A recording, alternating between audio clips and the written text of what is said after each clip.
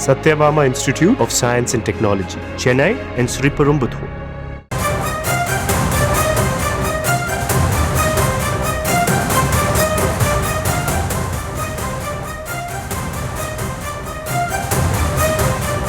அண்மை செய்தியாக பார்த்து வருகிறோம்.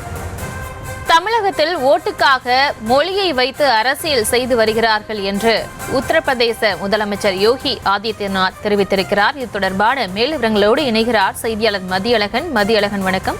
அவர் என்னென்ன விஷயங்களை குறிப்பிட்டு பதிவிட்டிருக்கார், விவரங்கள் வழங்கலாம்.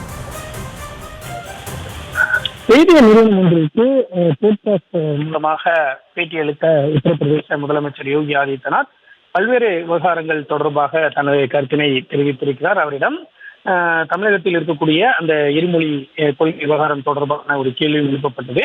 அதற்கும் அவர் பதிலளித்திருக்கிறார். அதில் ஒரு நாடு என்பது மொழி மற்றும் மதத்தின் அடிப்படையில் பிரிவினை ஏற்படுத்தக்கூடாது, அது இரண்டையும் கூறி பிரிவினை ஏற்படுத்தக்கூடாது என்று தெரிவித்திருக்கிறார். மேலும் காசி தமிழ் சங்கமத்தை வாரணாசியில் ஏற்பாடு செய்ததற்காக பிரதமர் நரேந்திர மோடிக்கு தங்கள் நன்றி தெரிவித்துக் கொள்வதாகவும் யோகி ஆதித்யநாத் தெரிவித்திருக்கிறார். மேலும் ஒவ்வொரு இந்தியர்களினுடைய மனதிலும் தமிழுக்கு அவர்கள் மிகுந்த மரியாதை, தமிழ் மொழி மீது மிகுந்த மரியாதையை ஒவ்வொரு இந்தியனும் வைத்திருப்பதாகவும் அவர் தெரிவித்திருக்கிறார். அதே போல சமஸ்கிருதத்தை போலவே தமிழ் மொழியும் ஒரு நீண்ட நெடிய வரலாறு கொண்டது என்ற எண்ணம் ஒவ்வொரு இந்தியர்களினுடைய மனதிலும் இருப்பதாக தெரிவித்திருக்கிறார். மேலும் வாக்கு வங்கி அரசியலுக்காக இது போன்று மாகாண மற்றும் மொழி விவகாரத்தை கையில் எடுப்பதாகவும்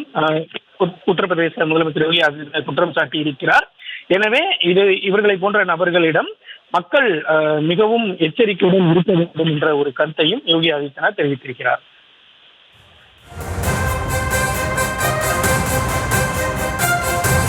விவரங்களுக்கு நன்றி Mathiyazhagan. Satyabama Institute of Science and Technology, Chennai and Sriperumbudur.